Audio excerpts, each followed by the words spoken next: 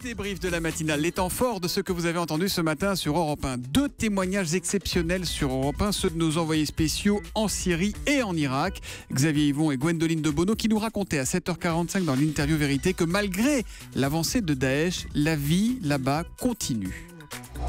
Samedi soir, il y avait des fêtes dans Damas. J'ai vu un mariage, une soirée tango. Alors ça paraît paraître un peu surréaliste, mais voilà, on est dans un pays en guerre et la capitale continue à vivre. Gwendoline de Bono, à quoi ressemble Bagdad aujourd'hui? Est-ce que là encore, on a l'impression d'une ville en guerre? Alors ça dépend à quelle heure et puis ça dépend des jours. On sent une tension et à côté de ça, il y a les Bagdadis qui vivent, qui jouent au foot près du fleuve, le Tigre. Les veilles de week-end, surtout, vous voyez des dizaines et des dizaines d'habitants sur leur 31 aller s'assourdir dans les grandes salles de fête des hôtels de Bagdad. Voilà, les témoignages de Xavier Yvon et de Gwendoline de Bono, envoyés spéciaux d'Europe 1 en Syrie et en Irak que vous retrouvez sur europe1.fr en son et aussi en vidéo, en images.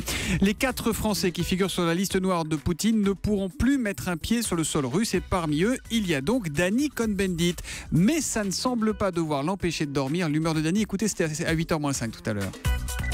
Je n'avais pas envie de passer mes vacances en Russie et j'avoue que le système politique poutinesque n'est vraiment pas la chose que j'admire le plus. Donc pour moi, ce n'est pas grave et c'est même un honneur. Merci Poutine, tu reconnais que je suis un antitotalitaire patenté. C'est déjà pas mal. Voilà, et Ferrecalde sur Twitter avec le hashtag un matin est d'accord avec Dany et le félicite pour cette distinction. Pour lui, c'est une distinction d'être interdit de territoire en Russie.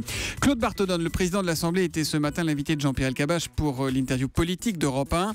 Il a annoncé qu'il présenterait des excuses à Éric Woerth qui vient d'être blanchi dans l'affaire Bettencourt. Écoutez-le, c'était à 8h20.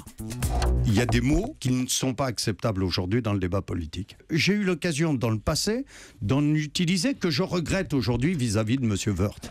J'aurai l'occasion de lui envoyer un mot personnel, ça sera à lui de dire s'il veut le faire savoir ce qu'il y a dedans ou pas. C'est-à-dire, vous considérez qu'on se grandit à reconnaître qu'on s'est trompé? Bien entendu. Ah quand même, mais le mal est fait, triste réalité, réagit La Flèche C sur Twitter avec le hashtag un matin. François Hollande est clairement décidé cette fois à imposer le prélèvement de l'impôt sur le revenu à la source.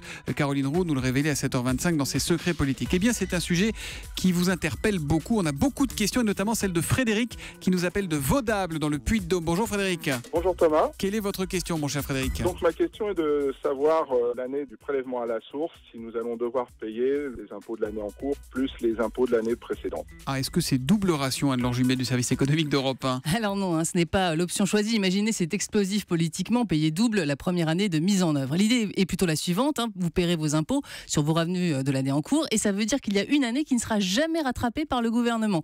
Je vous donne un exemple pour bien comprendre. Si le prélèvement à la source s'applique en 2018, vous paierez vos impôts sur les revenus 2018 et vos revenus 2017, eux, ne seront pas taxés.